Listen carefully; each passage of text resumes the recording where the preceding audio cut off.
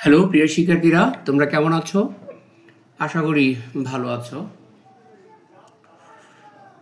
Creative English টিউটরের পক্ষ থেকে তোমাদের অভিনন্দন এবং অগ্রিম শুভেচ্ছা। তোমরা যারা 2025 সালে এসএসসি পরীক্ষায় অংশগ্রহণ করতে যাচ্ছ, তাদের জন্য আমার অন্তঃস্থল থেকে রইল শুভেচ্ছা, অভিনন্দন। আমি তোমাদের এই শেষ মুহূর্তের প্রস্তুতিতে ইংরেজি বিষয়টার ফ্রি হ্যান্ড রাইটিং, মানে যে কোনো টপিক যাতে তুমি নিজে নিজে করে লিখতে পারো, গ্রামাটিক্যাল সলিউশন এবং টেস্ট পেপার নিয়ে আমি কতগুলো ক্লাসের আয়োজন করেছি। তো যারা আমার চ্যানেলটা বা আমার ভিডিওটা স্কিপ না করে খুব মনোযোগ সহকারে দেখবে, আশা করি তোমাদের যে স্তরে থেকে আছো, ট্যালেন্ট, মিডল বা উইক স্টুডেন্ট, যারা যে স্তর থেকে আছো, প্রত্যেকেই কোনো না কোনোভাবে উপকৃত হবে। তো আমার চ্যানেলে যারা সাবস্ক্রাইব করনি, তারা আমার চ্যানেলটাকে সাবস্ক্রাইব করে রাখবে, যেহেতু আমি নিয়মিত তোমাদের জন্য ভিডিও আপলোড করব। তো তোমরা অবশ্যই বেল আইকনটি প্রেস করে রাখবে, যাতে আমার ভিডিও আপলোড হওয়া মাত্রই তোমরা দেখতে পারো। তো আজকে কথা না বাড়িয়ে আমি চলে যাচ্ছি তোমাদের ইংরেজি দ্বিতীয় পত্রের একটা টপিকস, সেটা হলো সাফিক্স অ্যান্ড প্রিফিক্স। আসলে আমি আমার শিক্ষকতার এত দীর্ঘ 2 যুগ অভিজ্ঞতা থেকে বলছি। আমি অনেক শিক্ষার্থীকে জিজ্ঞেস করেছি যে বাবা, তোমাদের এই সাফিক্স প্রিফিক্সটা কেন শেখানো হয়, সাফিক্স প্রিফিক্সের প্রয়োজনীয়তা কী, ইভেন সাফিক্স প্রিফিক্সের বাংলা ব্যাকরণের যে ব্যবহারিক দিকটা, এটাই কি? প্রকৃতি অর্থে অধিকাংশ স্টুডেন্টই আমাকে উত্তরটা দিতে পারেনি। যেটা আমাদের বর্তমানে শিক্ষা ব্যবস্থায় আমি খুব কাছে থেকে দেখেছি যে অনেক শিক্ষার্থী আসলে ফলাফলের দিকেই দৃষ্টিটা বেশি দেয়, জ্ঞান অর্জনের দিকে নয়। যার জন্য ইংরেজি যেহেতু একটি বিদেশি ভাষা, সেই ভাষাটাকে তারা ভালোভাবে রপ্ত করতে পারে না, এবং একটা পর্যায়ে গিয়ে যখন ইংলিশটা জীবনের জন্য প্রয়োজন হয়, জীবিকার জন্য প্রয়োজন হয়, তখন তাদেরকে আবার নতুন করে আবার শিখতে হয়, যা অত্যন্ত দুঃখের বিষয়। তো আমি আজকে তোমাদের সাফিক্স প্রিফিক্সের কিছু গুরুত্বপূর্ণ মেথড, যার মাধ্যমে তুমি সাফিক্স যেভাবে আসুক না কেন, I think you will be able to answer any types of question in suffix prefix. Just you see my lesson. এবার আমরা একটু আলোচনায় আসি। সাফিক্স প্রিফিক্সের আমি যেহেতু আমাদের পরীক্ষা এপ্রিল মাসে, আমরা এর মধ্যে ইংরেজির গ্রামার, রাইটিং এবং রিডিংয়ের গুরুত্বপূর্ণ জিনিসগুলো নিয়ে আলোচনা করব। সেহেতু আমি অনেক কিছু ডেফিনেশন বা অনেক ওই প্রকারভেদ ওইগুলোতে যাব না, শুধু আমার এই রিলেটেড শেখার জন্য প্রয়োগিক দিকটায় পরীক্ষায় ভালোভাবে আনসার করতে পারাটা, মানে জ্ঞানের ওই যে বিষয়ে পরীক্ষা দিবে, যে টপিক্সের উপর পরীক্ষা দিবে, ওই টপিক্সের সঠিক জ্ঞান নিয়ে যাতে তুমি পরীক্ষার হলে পরীক্ষার সম্মুখীন হতে পারো, ওইভাবে আমি আমার আলোচনাটা সাজিয়েছি এবং তোমাদের সাথে এইভাবে আমি আলোচনাটা করব। আচ্ছা, এবার সাফিক্স প্রিফিক্স আমি এখানে একটু পড়ে নিই।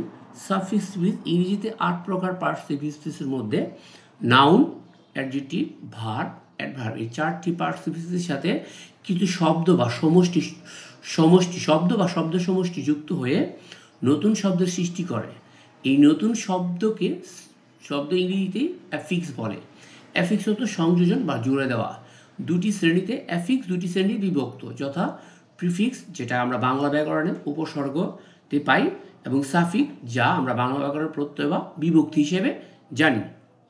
এখন তোমাকে যদি প্রশ্ন করা হয় যে এখানে নাউন, অ্যাডজেক্টিভ, ভার্ব, অ্যাডভার্ব এগুলো কেন, বাকিগুলো কোথায়? আসলে এখানে কথাটা হলো যে এইগুলো হলো কি তোমার এই নাউন, অ্যাডজেক্টিভ, ভার্ব আর অ্যাডভার্ব এগুলোর শেষে সাফিক্স প্রিফিক্স শেষে বা পূর্বে সাফিক্স যুক্ত হয়। আর বাকি যে 4টা আছে ওরা হলো সাবসিডারি, ওদের কোনো সংযোজন বিয়োজন নেই। আচ্ছা, এবার আমরা প্রিফিক্স সম্পর্কে একটু আলোচনা করি। প্রিফিক্স কি এবং প্রিফিক্সের প্রয়োজনীয়তা কী? এই যে আমাদের যে সিলেবাসের যারা মানবন্টন করেছে বা যারা ইংরেজিতে বিভিন্ন রকম ইংরেজি ল্যাঙ্গুয়েজটা শেখানোর জন্য যে তোমাদের পরীক্ষাগুলো নেওয়া হয়, হ্যাঁ, সেই তারা অত্যন্ত মানে দক্ষ এবং অনেক জ্ঞান সম্পন্ন এবং উচ্চ ডিগ্রিধারী, আমাদের থেকে অনেক উপরে লেভেলে। তো তারা কিন্তু বুঝেই কিন্তু তোমাদেরকে এইভাবে সিলেবাসটাকে মানবন্টনটা এইভাবে করেছে। তো সেই ক্ষেত্রে আমার মনে হয় এটা কেন দেওয়া হয়েছে, কেন আমরা শিখব, এই উত্তরটা আমাদের আগে একটু জেনে নেওয়া দরকার। আমরা একটু খেয়াল করি, প্রিফিক্স যেটা আমরা উপসর্গ, এর কাজ, আমি ডাইরেক্ট কাজে চলে গেছি, উপসর্গ এর কাজ। হ্যাঁ, এখন অধিকাংশ ক্ষেত্রে ইংরেজিতে শব্দের শুরুতে বসে বিপরীত শব্দের সৃষ্টি করে এবং কিছু কিছু ক্ষেত্রে পদ পরিবর্তন করে। তার মানে প্রিফিক্সের কাজ হলো শব্দের পূর্বে বসে শব্দের পদ বা পার্টসিপিয়েন্ট শব্দের পূর্বে বসে শব্দের বিপরীত শব্দ তৈরি করা, এবং অল্প কিছু ক্ষেত্রে দেখবো আমরা পার্টসিপিয়েন্ট পরিবর্তন করছে। যেমন নিচে আমরা দেখতেছি নন, ননের আগে এই যে ইউএন যুক্ত হয়েছে, ইউএনটা হলো প্রিফিক্স, এবং এই শব্দটা ইউএনটা ননকে বিপরীত অর্থ করতে সাহায্য করেছে। রেগুলারের সাথে আইআর যুক্ত হয়ে ঠিক বিপরীত শব্দ করেছে। কিন্তু আমরা নিচে যখন দেখব যে লিস্ট একটা শব্দ, অ্যান্ড লিস্ট হলো গিয়ে নাউন, আর এই যে ইএন যুক্ত হয়ে কিন্তু আমাদের ভার্ব হয়েছে। তাহলে আমরা জিনিসটা মাথায় রাখলাম যে প্রিফিক্সের মূল কাজ হলো শব্দকে বিপরীত শব্দ বানানো। কিছু কিছু ক্ষেত্রে শব্দের পার্টসিপিয়েন্ট পরিবর্তন আমরা দেখতে পাবো। আচ্ছা, এবার এখানে নিচে একটা নোট দিয়ে রেখেছি, যেসব বর্ণ বা বর্ণের সমষ্টি ধাতু বা শব্দের আগে বসে সাধিত শব্দের অর্থ পরিবর্তন, সম্প্রসারণ কিংবা সংকুচন ঘটায় তাকে উপসর্গ বলা হয়। বাংলা ব্যাকরণে উপসর্গ জিনিসটা কি? যেমন কথার সাথে কুযুক্ত হয়ে কুকথা, কাজের সাথে কুযুক্ত হয়ে কুকাজ। তাহলে আমরা দেখলাম ইংরেজিতে শব্দের পূর্বে বসেছে, যেটা আমরা প্রিফিক্স হিসাবে জানি, এবং এটা বাংলায় শব্দের পূর্বে বর্ণ বা বর্ণ সমষ্টি বসে এটা উপসর্গ হিসেবে বসেছে। আচ্ছা, এবার সাফিক্স, এবার হলো গিয়ে এটা হলো এখানে সাফিক্স হবে।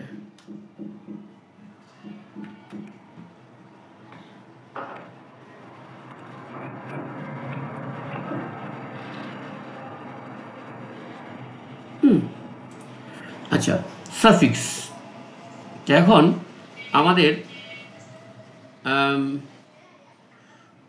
এখানে সাফিক্স, হ্যাঁ, সাফিক্স যেটা প্রত্যয় বা বিভক্তি, এর কাজ অধিকাংশ ক্ষেত্রে ইংরেজিতে শব্দের শেষে বসে শব্দের পার্টসিপিয়েন্ট পরিবর্তন করে এবং কিছু কিছু ক্ষেত্রে বিপরীত শব্দ সৃষ্টি করে।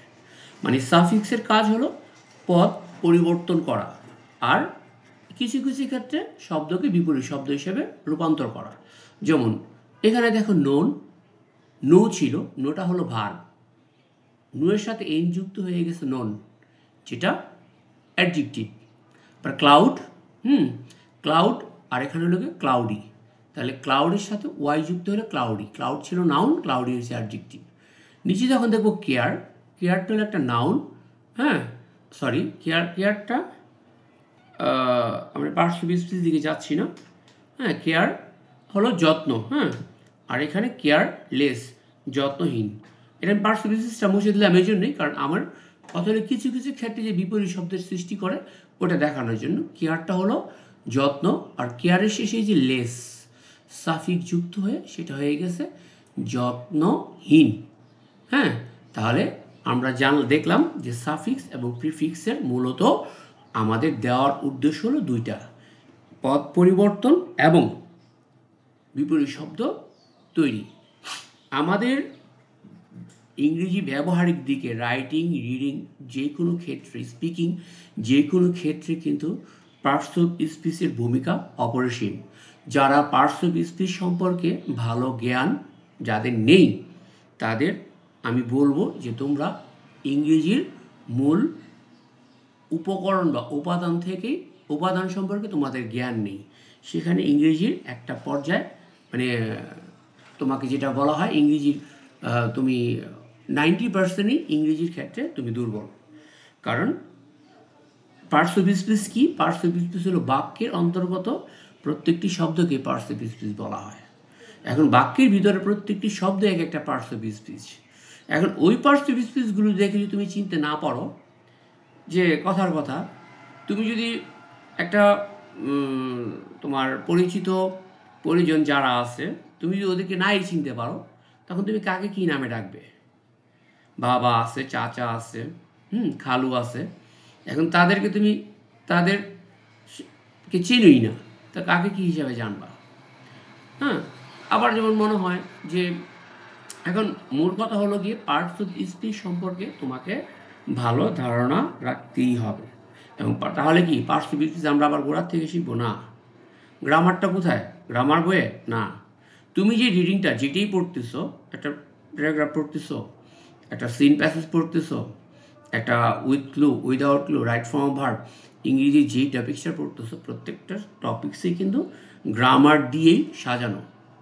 শুধু একটু ওই দৃষ্টি দিয়ে তুমি রিডিং পড়ার সময় তুমি যদি ওই দৃষ্টি দিয়ে পড়তে পারো, তাহলে তোমার গ্রামার নতুন করে শিখতে হবে না। আমি আমার ক্লাসগুলোতে এটি প্রমাণ করব, গ্রামার শিখতে নতুন কিছু লাগে না। গ্রামার শিখতে শুধু তোমার একটু দৃষ্টিভঙ্গিটাই যথেষ্ট। আচ্ছা, আমরা এবার আলোচনায় চলে আসি। এখানে বিভক্তি, প্রত্যেকই বিভক্তি কি এগুলো একটু তোমরা দেখে নেবে। আসলে আমি ওইগুলো জাস্ট রিলেটেড এই জন্য লিখেছি, আমি ওইগুলো যাবো না। আমরা একটা প্র্যাকটিক্যালে চলে যাই, আমি যাতে আলোচনা করলাম প্র্যাকটিক্যালে চলে যাই। আমরা এটা যশোর বোর্ড 2023-এর একটা এসএসসি পরীক্ষার একটা সাবস্টিটিউশন অংশ। হ্যাঁ, আমরা আগেই বলেছিলাম যে পার্টস অফ স্পিচ সম্পর্কে আমরা ধারণা নিব। হ্যাঁ, পার্টস অফ স্পিচের একটা কমন একটা এর মাঝখানে একটু আলোচনা করে নিই। আমরা যদি একটু জানি যে আসলে এখানে আমি এখানে একটি স্পেস দিলাম, এখানে একটি স্পেস দিয়ে আমি এখানে চলে গেলাম। তো কারণ আমি এটা বোর্ডের মতোই রেডি করলাম যাতে তোমাদের বুঝতে সুবিধা হয়। এখানে আমি যদি বলি বাক্য আর বাক্যাংশ, অনেক স্টুডেন্ট বুঝবে, অনেকে বুঝবে না। আসলে আমি যদি বলি যে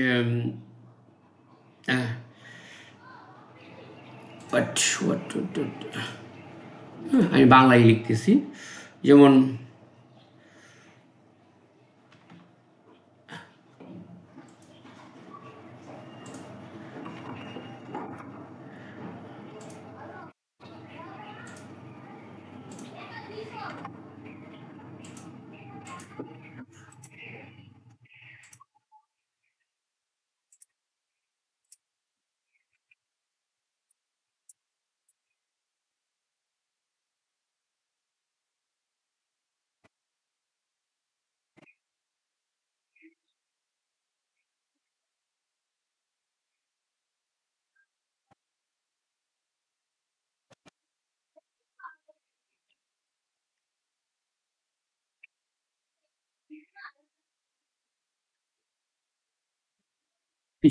আমি লিখলাম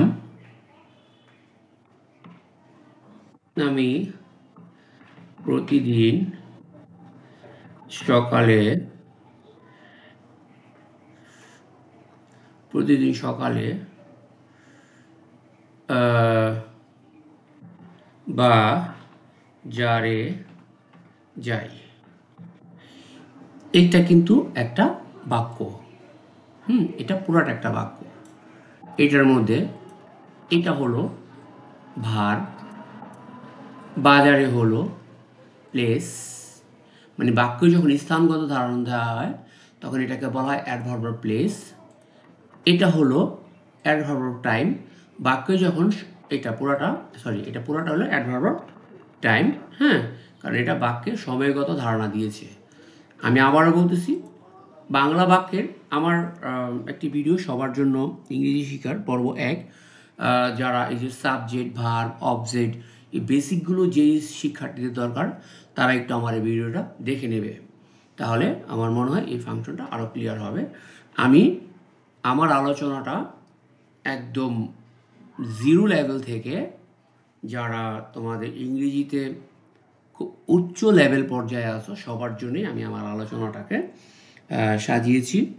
তো যাদের ইংরেজিটা এখনও খুব লোয়ার লেভেলে, যারা মনে করো যে আমি এখন ইংরেজিতে উইক, আমি অনুরোধ করব যে আমার সবার জন্য ইংরেজি শিক্ষা পর্ব 1 এই ভিডিওটা একবার একটু দেখে নাও, তাহলে তোমার আরও এই বিভক্তি, তারপর ভার্ব, সাবজেক্ট, অবজেক্ট, এই ধারণাগুলো ক্লিয়ার হবে। যাই হোক, এখন আমি এখানে কিন্তু যাইটা হলো ভার্ব। আমি তারপর একটু বলে দিই, বাংলা বাক্যের সবার শেষে ক্রিয়া থাকে। আমি এই তথ্যগুলো কেন দিচ্ছি, কারণ আমি যখন তোমাদের ফ্লুয়েন্ট রাইটিং করাবো, যেহেতু আমরা বাঙালি, আমরা বাংলায় একটা স্টুডেন্ট বা যে কোনো মানুষ কিন্তু আমরা কোনো কিছু লিখতে গেলে বাংলায় চিন্তা করি। আর ফ্লুয়েন্ট রাইটিং হলো নিজের ল্যাঙ্গুয়েজকে চিন্তা করে করে অন্য ল্যাঙ্গুয়েজে কনভার্ট করে বা অন্য ল্যাঙ্গুয়েজে ট্রান্সলেট করে আমাকে লিখতে হবে। তাহলে আমার ল্যাঙ্গুয়েজের ভিতরে আমার অংশগুলো একটু কিছু কিছু অংশ জেনে নিতে হবে। এখানে যাইটা হলো ভার্ব, আর বাংলা বাক্যের শেষে ভার্ব থাকে। ভার্বকে কে বা কারা দিয়ে প্রশ্ন করলে সাবজেক্ট পাওয়া যায়। এখানে আমি এলাম সাবজেক্ট। আর স্বাভাবিক কোথায় যায়, কোথায় বলতে অ্যাডভার্ব অফ প্লেস, কখন যায়, প্রতিদিন সকালে, অ্যাডভার্ব অফ টাইম। এই যেগুলো বললাম এগুলো কিন্তু আমি প্রতিদিন সকালে বাজারে যাই, এই পুরোটা যদি বাক্য হয়, আর আমি প্রতিদিন সকালে বাজারে যাই, এইগুলো কিন্তু এক একটা অংশ। তো আমাদের এই অংশকে ইংরেজিতে বলা হয় ফ্রেজ, এবং আবার ক্লোজও বলা হয়। এখন ফ্রেজ কি, ক্লোজ কি, আমি পরবর্তী আরও ভিডিওতে অবশ্যই আলোচনা করব। এক ভিডিওতে সমস্ত বেসিক নিয়ে আলোচনা করা আসলে মূল জিনিসটা আলোচনা হবে না। তাহলে আমি একটা কমন ফ্রেজের ব্যাপারটা আমি তোমাদের বলে দিই। সাধারণত আমি পার্টস অফ স্পিচ 8 প্রকার, তো পার্টস অফ স্পিচ সম্পর্কে চেষ্টা করি ছোট্ট একটু ধারণা দেওয়ার জন্য। পার্টস অফ স্পিচ 8 প্রকার, এর মধ্যে মেন মানে কি, পার্টস অফ স্পিচ 8 প্রকার। এই 8 প্রকারের মধ্যে এখন আমরা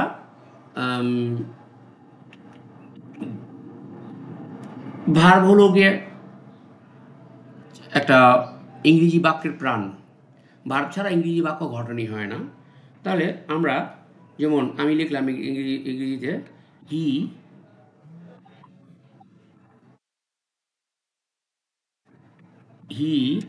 ইজ এ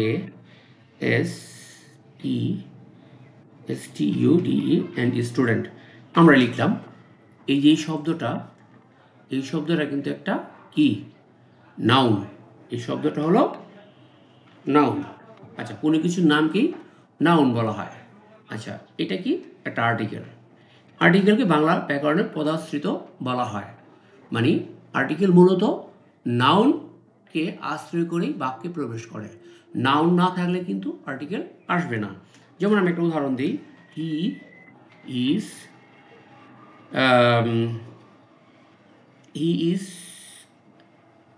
গুড, এই বাক্যটা আমি লিখে রাখলাম। পরবর্তীতে আমি আলোচনায় আসতেছি। এখন আমরা যদি একটু নিচে যাই, তাহলে আমি এখানে দেখতেছি নাউনকে আশ্রয় করে আর্টিকেল বাক্যে প্রবেশ করেছে। এখানে হি ইজ গুড, আমরা কিন্তু হি ইজ এ গুড বলি না। কেন বলি না? কারণ গুডটা হলো কি একটা অবস্থা। এখানে কোনো নাউন নেই, এই জন্য কিন্তু আর্টিকেল আসেনি। তার মানে আমাদের মাথায় রাখতে হবে আর্টিকেলের সৃষ্টি হয়েছে নাউনের জন্য, এবং এটা ম্যাক্সিমাম ক্ষেত্রেই মানে ম্যাক্সিমাম না, মানে সর্বক্ষেত্রে দুই একটা ছাড়া বাকি ক্ষেত্রে কমন নাউন নিয়ে আর্টিকেল বাক্যে প্রবেশ করে। কমন নাউন না থাকলে বা নাউন না থাকলে আর্টিকেল বাক্যে আসে না। এবার পরবর্তীতে যাই, দেখো যেমন হি ইজ এ স্টুডেন্ট। এখন স্টুডেন্টটা নাউন, নাউন কি কোনো কিছুর নামকেই নাউন বলা হয়। আর নাউন বা প্রোনাউনের দোষ, গুণ, অবস্থা, সংখ্যা, পরিমাপ। আমি আবার বলতেছি, দোষ, গুণ, সংখ্যা, পরিমাপ, অবস্থা, এই জিনিসগুলো প্রকাশ করার জন্য অ্যাডজেক্টিভের সৃষ্টি হয়েছে। তার মানে অ্যাডজেক্টিভের জন্মদাতা হলো নাউন এবং প্রোনাউন। অ্যাডজেক্টিভ নাউন বা প্রোনাউনের দোষ, গুণ, অবস্থা, সংখ্যা প্রকাশ করার জন্য অ্যাডজেক্টিভের সৃষ্টি হলো। আচ্ছা, তাহলে এখন তাহলে অ্যাডজেক্টিভটা আমি নাউন বা প্রোনাউন, অ্যাডজেক্টিভের কিন্তু আবার অ্যাডজেক্টিভকে আবার মডিফায়ার বলা হয়। নাউন বা প্রোনাউনের মডিফায়ার বলা হয়। অ্যাডজেক্টিভটা নাউনের পূর্বে বসে মডিফাই করতে পারে, নাউনের পরে বসে মডিফাই করতে পারে। আসলে মডিফাইং নিয়ে আলোচনাটা আমি আমি পরবর্তী ভিডিওগুলোতে প্রত্যেকটা গ্রামারের তল্পিতল্পা সহ আমি চেষ্টা করবো তোমাদের সাথে আলোচনা করার জন্য। আসলে এক ভিডিওতে সব সম্ভব না, যার জন্য আমি এখানে আপাতত যেটা প্রয়োজন সেটা দেখাচ্ছি। এরপরে আমি লিখলাম হি ইজ এ স্টুডেন্ট। হ্যাঁ, এখন আমি যদি লিখি, এখন স্টুডেন্টকে মডিফাই করলাম কি দিয়ে? গুড দিয়ে। He is a GEED, good student. এই যে গুডটা কিন্তু চলে আসলো কি? অ্যাডজেক্টিভ। হ্যাঁ, আমরা যদি he is a good student, এখানে একটা জিনিস খেয়াল করলাম,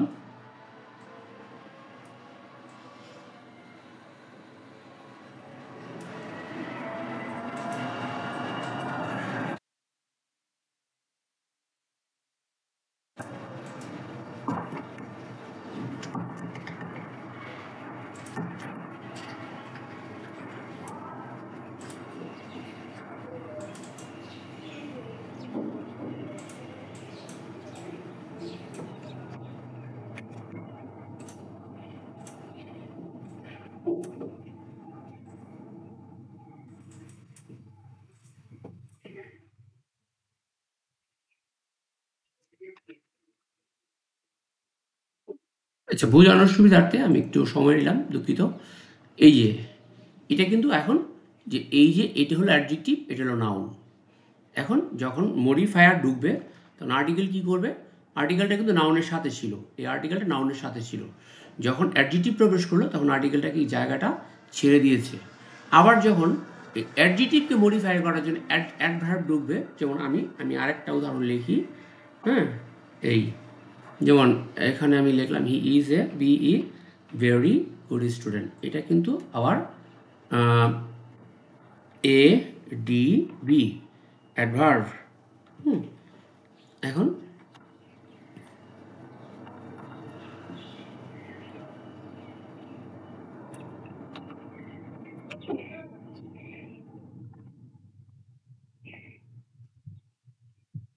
এগুলো গিয়ে এটা হলো গিয়ে অ্যাডভার্ব, আর হলো অ্যাডজেক্টিভ, আর হলো নাউন। তাহলে এই যে পুরোটা কিন্তু একটা ফ্রেজ। নাউনকে মডিফাই করার জন্য অ্যাডজেক্টিভ আসছে, অ্যাডজেক্টিভকে মডিফাই করার জন্য অ্যাডভার্ব আসছে। আর আর্টিকেলটা তো এই মূলত এই আর্টিকেলটা নাউনের জন্যই ছিল। এই উপরে দেখি আমরা, উপরে বাক্যটা এই student, he is a student, এই বাক্যটা খেয়াল করি, আর্টিকেলটা নাউনকে আশ্রয় করে বাক্যে প্রবেশ করেছিল। এখন এই যে মডিফায়ারদের জন্য সে তার পিছনে অবস্থান চলে গেছে, কিন্তু এই আর্টিকেলটা কিন্তু এই স্টুডেন্টেরই। এখন যদি এখানে আমরা যদি স্টুডেন্টটা কেটে দিই তাহলে কিন্তু আর্টিকেলে কিন্তু হয়ে যাবে। এরকম হবে না he is a very good, এরকম হবে না। এরকম কি হয়? আমরা লিখে লিখে দেখি তো হয় কি না। এরকম কি হয়? He is a very good, হয় কি না দেখি? হয়? হয় না। তো আমরা জানলাম যে আর্টিকেল ব্যবহারের বিষয়টা আমরা একটু ধারণা নিয়ে নিলাম। তাহলে আমাদের এই ফ্রেজটাকে এতক্ষণ যে আলোচনা করলাম, এই যে ফ্রেজটা আমরা যে মাত্র যে ফ্রেজটা দেখলাম, হ্যাঁ, এটা অ্যাডজেক্টিভ, নাউন, তারপর হলো গিয়ে অ্যাডভার্ব, হ্যাঁ, এই জিনিসগুলো আমরা একটু খেয়াল করব। তাহলে কীভাবে খেয়াল করবো দেখি আমরা। হ্যাঁ, ইন অ্যানশিয়েন্ট টাইম, এই যে এটা কিন্তু অ্যাডভার্ব অফ টাইম, এটা একটা ফ্রেজ। মানে কি? প্রাচীনকালে text book was the most, হ্যাঁ, রিসোর্সেবল থিংস। আচ্ছা, এবার কথাটা হলো আমি এখানে অ্যান্সারটা কি হবে? এই যে থিংসটা দেখো তো, থিংসটা কি? থিংসটা নাউন। নাউনের পূর্বে কি ছিল? অ্যাডজেক্টিভ। নাউনের পূর্বে কি ছিল? অ্যাডজেক্টিভ। তাহলে রিসোর্সকে অ্যাডজেক্টিভ করলেই হয়ে যাবে। অ্যান্সারটা কিন্তু এই যে রিসোর্স ফুল। হ্যাঁ, মানে আমরা বিউটিফুল, হ্যাঁ, ওই রকম শব্দের শেষে যখন ফুল যুক্ত করি তখন শব্দটা অ্যাডজেক্টিভ হয়ে যায়। তখন in ancient time textbook was the most resourceful things. তাহলে এখানে রিসোর্সের সাথে কি যুক্ত হয়েছে? ফুল যুক্ত হয়ে, এটা অ্যাডজেক্টিভ যুক্ত হয়ে, এবং এটা ফ্রেজটা হয়েছে কিন্তু এখান থেকে পুরাটা, হ্যাঁ, এটা হলো পুরাটা হলো একটা ফ্রেজ মানে একটা অংশ। এটার মূল হলো গিয়ে নাউন, এই নাউনকে মডিফাই করছে রিসোর্স, এই জন্য রিসোর্স ফুল হয়ে গেছে। আর মোস্ট হলো কি মোডের সুপারলেটিভ ফর্ম, এটা একটা অ্যাডজেক্টিভ। হ্যাঁ, আর এই যে আর্টিকেল, এই আর্টিকেলটা এই যে নাউনের জন্য হয়েছে। সো হ্যাঁ, we can say that this this will be adjective because after this word we can see there is present noun. If this is the common phrase, this a good student, a very good student, this is a common phrase you will see every sector in your English, in reading, in writing, seen, unseen passages, everything. Okay, just you see. Then আমরা পরবর্তীতে আলোচনায় আসি। এরপরে আমরা জানলাম যে শব্দের শেষে ফুলযুক্ত অ্যাডজেক্টিভ করতে হয়, এবং আমরা যখন সাবস্টিটিউশন মিলাবো অবশ্যই শব্দের অর্থের দিকে জোর দেবো, কিন্তু তার উপর পার্শ্ববিশেষটা খেয়াল রাখবো। তাহলে এখানে এই ইন অ্যানসিয়েন্ট টাইম একটা অংশ, হ্যাঁ, টেক্সট বুক একটা অংশ, ওয়াজ ভার্ব আরেকটা অংশ, দ্য মোস্ট রিজনেবল থিংস, হ্যাঁ, এটা একটা অংশ, আর ফর এ স্টুডেন্ট এটা কিন্তু আরেকটা অংশ। হ্যাঁ, আমি এই ফ্রেজ নিয়েও আমি চেষ্টা করব সামনে আলোচনা করার জন্য। এইবার dash were only guides and source of, আচ্ছা ড্যাশ ওয়ার আমরা দেখতেছি এটা ভার্ব। আচ্ছা, আর তো ভার্বের আগে যেহেতু ব্ল্যাঙ্ক সৃষ্টি হয়েছে, তাহলে ভার্বের আগে আমার সাবজেক্ট লাগবে। এখন সাবজেক্ট গঠনের উপাদান কি? সাবজেক্ট গঠনের উপাদান নাউন বা প্রোনাউন। আমরা দেখতেছি টিচটা হলো ভার্ব, আমার এটাকে নাউন বানাতে হবে, এই জন্য ইয়ার যুক্ত হবে টিচার, এবং যেহেতু অয়ার আছে তার মানে এটার নাউন প্রোনাউনের যেহেতু সিঙ্গুলার সাবজেক্ট ভার্ব এগ্রিমেন্টেড ফাংশনে ভার্ব যদি প্লুরাল শো করে অবশ্যই তোমাকে নাউনটাকে প্লুরাল বা সাবজেক্টটাকে প্লুরাল করতে হবে। যেহেতু সাবজেক্ট এখানে সিঙ্গেল ওয়ার্ড আছে তার মানে টিচারের সাথে একটা এস যুক্ত হবে, টিচার্স। হ্যাঁ, teachers were only guides and source of. এখন আমরা অফের আগে একটা নাউন দেখতেছি এবং অফের পরে একটা ব্ল্যাঙ্কস, আর কোনো শব্দ নেই। তার মানে অফ কিন্তু কি করে? একটা ফ্রেজ গঠন করে। এবং অফের ব্যবহারটা আমরা একটু যদি চিন্তা করি, অফের ব্যবহারটা একটু আলোচনা যদি করি, কথার কথা এইভাবে আমরা নিচে যাই, অফের ব্যবহারটা দেখি। হ্যাঁ, যেমন আমি বললাম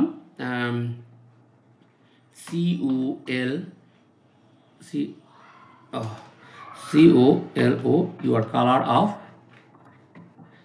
SKY, কালার অফ স্কাই। হ্যাঁ, তারপরে এ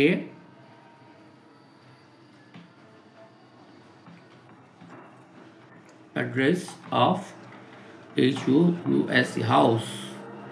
হ্যাঁ, তারপরে নেম অফ SCHOOL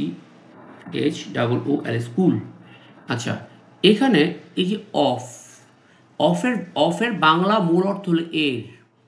আমরা এর যে বিভক্তিটা পড়ি এর, এবং এরটা যুক্ত হবে, আমরা দেখছি কালার অফ স্কাই, কিন্তু বাংলা সম্পর্ক হবে এখান থেকে। স্কাই অত আকাশ, আকাশ এর রং। দ্যাট মিনস আমরা এইভাবে যদি লিখি, এখানে ফ্রন্টটা চেঞ্জ করে নিই, ফ্রন্টটা চেঞ্জ করলে আমাদের, হ্যাঁ, এখানে আমরা লিখব আকাশের রং। এই যে আকাশ, স্কাইয়ের তো আকাশ, অফের জন্য আসছে এর, এই জন্য হচ্ছে আকাশের রং। হ্যাঁ, চোদ্দোর পরবর্তীটা কি হবে? অ্যাড্রেস অফ হাউস, তার মানে হাউসের তো বাড়ি, এখানে হবে, হ্যাঁ, এখানে হবে এই যে বা,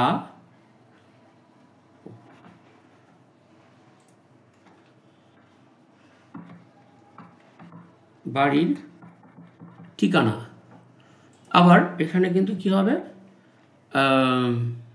স্কুল তো বিদ্যালয়, আমরা লিখি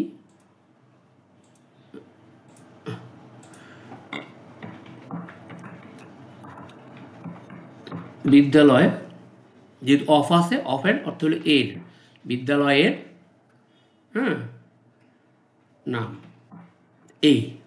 তাহলে আমরা অফ দ্বারা যে ফ্রেজ গঠন হয় সেটা বাংলা এবং ইংরেজিতে দেখে নিলাম। যখন এরকম তোমার কোনো নাউনের শেষে, বস্তুবাচক নাউনের সাথে এর থাকবে, তখন তুমি অবশ্যই ওই নাউনটাকে অফের পরে দিয়ে দিবে। একটু দেখে নিও, ভালোভাবে দেখে নিয়ে নিজের নিজের আরও এরকম কিছু ফ্রেজ পড়ার সময় একটু খেয়াল করলেই তোমার এটা আয়ত্তে চলে আসবে। এবার সোর্স অফ, সোর্স অফ আমরা দেখি সোর্সটা হলো নাউন, অফের পর আরেকটা নাউন, মানে ইনফর্মের সাথে ইনফরমেশন। শন, TION, শন, শনটা হলো তোমার কি হয়, নাউন বানাতে সাহায্য করে। তার মানে এখানে আমরা দেখতেছি এখানে teachers, subject, were, verb, only guides and source of information. এটা পুরাটা একটা ফ্রেজ। কী হবে এটা, অনলি, হ্যাঁ, অনলি গাইডস অ্যান্ড সোর্স, হ্যাঁ না, অনলিটা আলাদা আসছে, guides and source of information, এটা পুরোটা একটা ফ্রেজ। কারণ ইনফরমেশন তথ্যের কি, তথ্যের উৎস এবং পথ প্রদর্শক। এটা হলো এখানে অফটা আমি বলছিলাম, অফটা এর, আমার কিন্তু গাইডেন্স সোর্স অফ, বাংলাটা এখান থেকে শুরু করতে হবে। এই যে তথ্যের, হ্যাঁ, পথ প্রদর্শক এবং কি উৎস। আচ্ছা, তাহলে এখানে আমরা দেখলাম যে নাউন বসবে, এই জন্য নাউন শন, ইনফরমেশন, হ্যাঁ, এই যে ইনফরমেশন, ATI হবে। The student had to collect all, আমরা দেখতেছি অলটা একটা সংখ্যা, সংখ্যা কিন্তু দুই ধরনের হয়, একটা মানে যেটাকে আমরা ডিফিনিট, একটা ইনডিফিনিট। ডিফিনিট বলতে 5, 10, 15, 20 যে কোনো একটা সংখ্যা। ইনডিফিনিট বলতে যেমন এখানে কিছু মানুষ আছে, এখানে অনেক মানুষ আছে, এখানে অল্প মানুষ আছে, এই পুকুরের অনেক পানি আছে। আসলে এগুলো টোটালি ইনফিনিট, হ্যাঁ, যেটা আমরা মানে এটা অলটা হলো কিন্তু অলটা কিন্তু এখানে নির্দিষ্ট সংখ্যা না, অনির্দিষ্ট সংখ্যা। যেহেতু সংখ্যা অ্যাডজেক্টিভ, তার মানে অ্যাডজেক্টিভের পরে এখানে কি হবে, নাউন হবে। তাহলে নাউনটা যেহেতু অল, অ্যাডজেক্টিভটা যেহেতু প্লুরাল বুঝিয়েছে, ইনফরমেশনের সাথে একটা এস আসবে, হ্যাঁ, সরি, অল ইনফরমেশন নিউজ, না নিউজ তো এখানে নাউন আছে, ঠিক আছে, এখানে একটা noun, information, all information news, ঠিক আছে। তাহলে এখানে the students subject had to collect, এখানে হ্যাড টু এর ব্যবহারটা মানে মানে বাধ্য ছিল, তারা বাধ্যবাধকতা বোঝায়, হ্যাঁ, অতীতকালের বাধ্যবাধকতা বোঝায়। মাস্ট যেমন অবশ্যই যেটা বাধ্যবাধকতা, সেটা had to collect all information news, হ্যাঁ, অল ইনফরমেশন নিউজ, এটা পুরোটা একটা ফ্রেজ। এই যে অল অ্যাডজেক্টিভ, এই যে নাউন আসবে, ইনফরমেশন একটা এসে আসবে কারণ অল আছে, এবং ফ্রম দেয়ার টিচার, হ্যাঁ, ইনফরমেটিভ, এখানে ইনফরমেশন আসবে, এখানে ইনফরমেটিভ আসবে। কেন ইনফরমেটিভ আসবে, কারণ এখানে আমি আবার বলেছি নিউজটা কি, এখানে আমরা যদি দেখি অফের পরে ইনফরমেশন নাউন আছে, আর এখানে কিন্তু আমাদের একটা নাউন আছে, নাউনের পূর্বে ব্ল্যাঙ্কস তৈরি হয়েছে, মানে নাউনকে নাউন মডিফাই করতে পারে না, যার জন্য এখানে ইনফরমেটিভ হবে। দ্যাট মিন্স এখানে এটা অ্যাডজেক্টিভ হবে। তার মানে আমরা এটার ক্ষেত্রে শিখেছিলাম ফুলযুক্ত অ্যাডজেক্টিভ হয়, আর এখানে শিখলাম ইনফরমেটিভ। এখানে ফরম্যাটিভ, ATIVO কোনো শব্দকে অ্যাডজেক্টিভ বানাতে সাহায্য করে। আচ্ছা, এইবার ফ্রম দেয়ার টিচার্স, হ্যাঁ, ফ্রম দেয়ার টিচার্স। এবার আমরা এখানে there was hardly any guide book or other, এখন এখানে কি হতে পারে, এই যে এখানে নাউন আছে বুক, একটা বস্তুর নাম, আচ্ছা, their subject was verb, hardly, there was hardly, এই হার্ডলিটা ভার্বকে মডিফাই করছে, আমরা এই দুইটাকে একটা অংশ ধরলাম, হ্যাঁ, any guide book or other, any guide book or other dash বুক, এইটা পুরোটা কিন্তু একটা ফ্রেজ। এনিটা মডিফাই করছে গাইডকে, হ্যাঁ, এনিটা মডিফাই করছে গাইডকে। আর এখানে book, any guide book, any এনিটা মডিফাই করছে গাইড বুককে।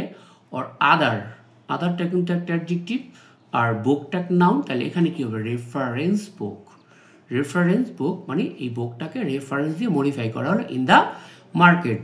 সো টিচার্স গেভ, এখানে সো টিচার গেভ, এখানে টিচার্স সাবজেক্ট, গেভটা ভার্ব টু, হ্যাঁ, gave dash of a lecture, হ্যাঁ, gave dash of a lecture by studying in the text book and so the student had. তাহলে teacher gave, এখানে কি হতে পারে? এখানে অফ আছে, হ্যাঁ, gave delivery of, gave delivery, হ্যাঁ, ডেলিভারটার থেকে delivery of a lecture.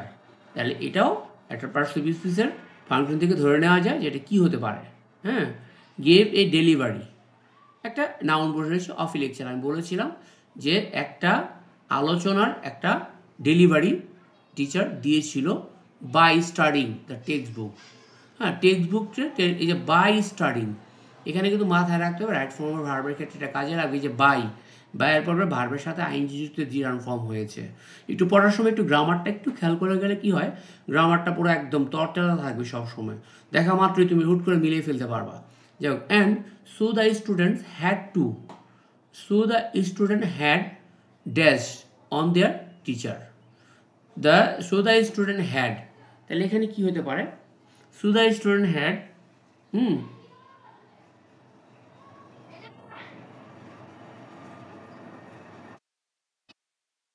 So the student dash, এখানে এটা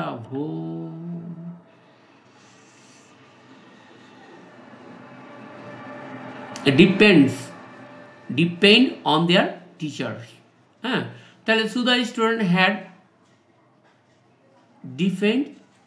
হ্যাঁ, ডিপেন্ডস এখানে অন দেয়ার টিচার্স। তারপরে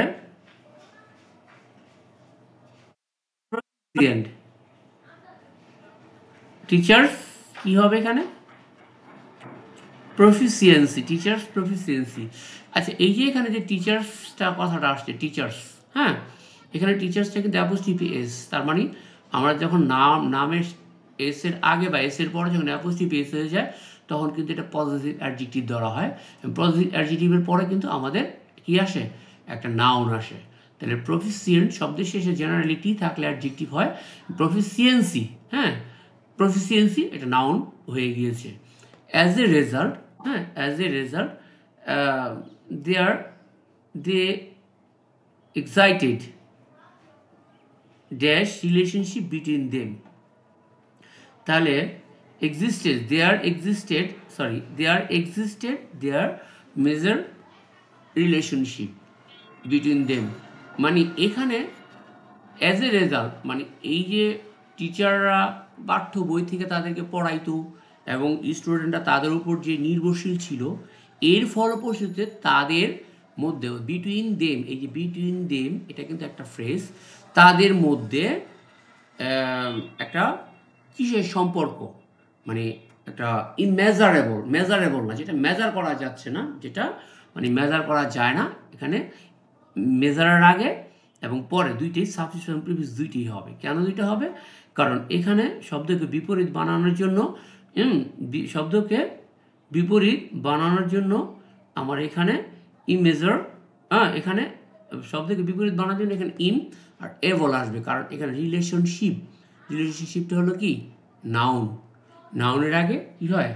নাউনের আগে এখানে একটা অ্যাডজেক্টিভ, নাউনের আগে আমি বলেছিলাম এখানে, যে এখানে বলেছি নাউনের আগে অ্যাডজেক্টিভ হয়।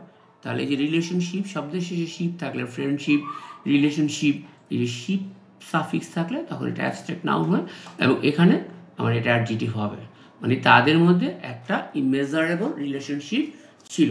The dash of this great teacher was never on the Wayne, মানে এখানে দ্য ড্যাশ অফ দিস, তাহলে আমরা দেখতেছি অফের আগে একটা শব্দই আছে এবং এটাকে নাউন করতে হবে। পপুলার থেকে শব্দটা পপুলারিটি, মানে পপুলারিটি হলো কি অ্যাবস্ট্রাক্ট নাউন, অনেস্টি শব্দ শেষে টি ওয়াই দিয়ে নাউন তৈরি করা হয়, এখানে হবে পপুলারিটি। হ্যাঁ, popularity of this great teachers, এই যে আমি বলেছিলাম অফের এই যে গ্রেট টিচার্স, এটা পুরোটা একটা ফ্রেজ। তাহলে আমরা বাংলাটা করবো এখান থেকে, এই ধরনের মহান শিক্ষকদের জনপ্রিয়তা was never on the wane. হ্যাঁ, মানে কখন এটা ক্ষয় হওয়ার মতো না। Students had dash to maintain, student had dash to maintain, student এখানে subject, had taken a verb, had টেকেনে কী ভার্ব, হ্যাডটা এখানে প্রিন্সিপাল ভার্ব।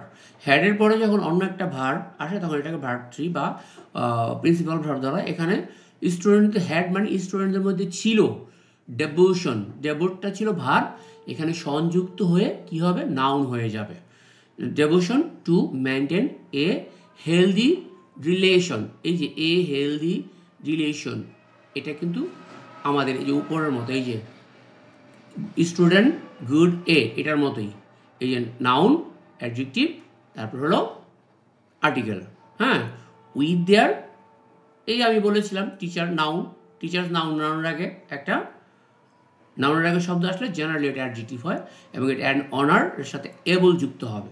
তার মানে এখানে যুক্ত হয়েছে ফুল, এখানে রিসোর্সফুল, তারপরে ইনফরমেটিভ। হ্যাঁ, তারপর হলো গিয়ে এখানে হলো গিয়ে এবল, এবল যুক্ত হলে এবল যুক্ত করে শব্দকে অ্যাডজেক্টিভ তৈরি করা যায়। Teachers also maintain an ever bond of, ever bond of friend. Ever bond of, এখানে আমি বলেছিলাম অফের আগে পরে দুইটি নাউন থাকে, এর ফ্রেন্ডের সাথে শিপ যুক্ত হয়ে নাউন তৈরি করতে হবে। অ্যান্ড দেয়ার, এখানে কিন্তু এই যে স্টুডেন্ট নাউন আছে, তার মানে এটাকে অ্যাডজেক্টিভ বানাতে হবে সনেট।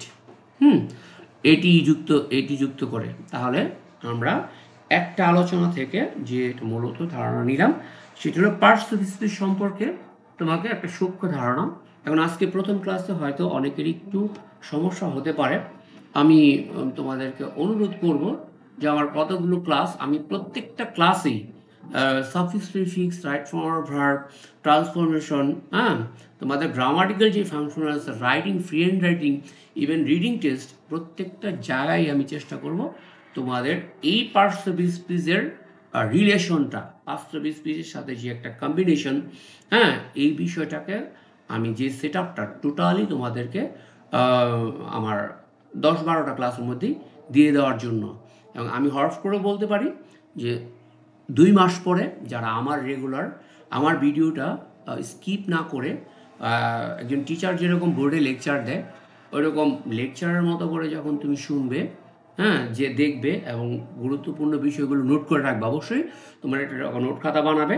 এটা মনে করবে একটা অনলাইন একটা ক্লাস চলতেছে, ফ্রি একটা ক্লাস চলতেছে, তুমি এটা অবশ্যই ভালোভাবে বাসায় দেখবে, রপ্ত করবে এবং তুমি এই জিনিসগুলো মানে বারবার দেখবে। এবং আমার মনে হয় আরও সাফিক্স টিফিক্স নিয়ে আমি আরও 2-3টা ক্লাস তোমাদের জন্য দেবো।